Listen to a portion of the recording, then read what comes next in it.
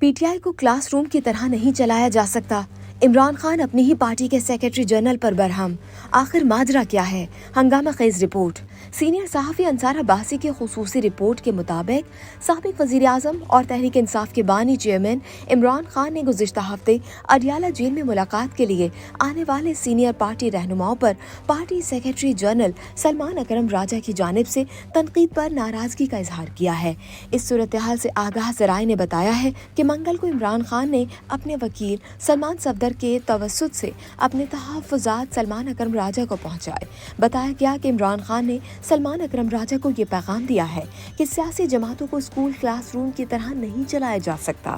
عمران خان نے الزام تراشی کا کھیل کھیلنے کی بجائے اتحاد کی ضرورت پر زور دیا۔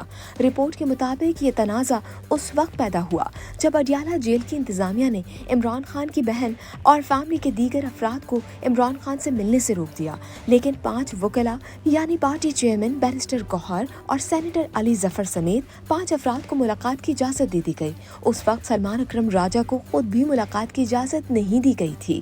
سلمان اکرم راجہ نے بعد میں عوامی سطح پر اس اقدام پر تنقید کی اور کہا کہ انتظامیہ کے منظور نظر لوگوں کو ملاقات کی اجازت دی گئی۔ اس بیان پر پارٹی چیئرمین بیرسٹر گوہر نے سخت رد عمل کا اظہار کیا اور سلمان اکرم راجہ کو یاد دلایا کہ پارٹی ایسے حالات میں کبھی عمران خان سے ملاقات کے بائیکاٹ پر راضی نہیں ہوئی۔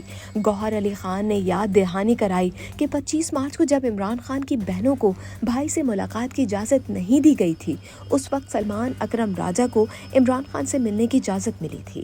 منگل کو جیل میں ہوئی ملاقات کے دوران پارٹی کے حساس امور پر بھی تبادلہ خیال کیا گیا۔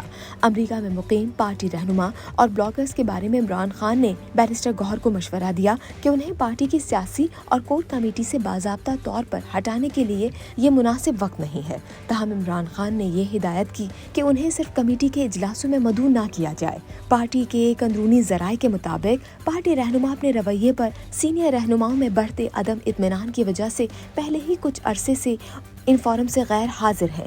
ذرائع نے مزید کہا کہ رہنما کو معلوم ہے کہ انہیں کمیٹیوں سے ہٹانے پر غور کیا جا رہا ہے۔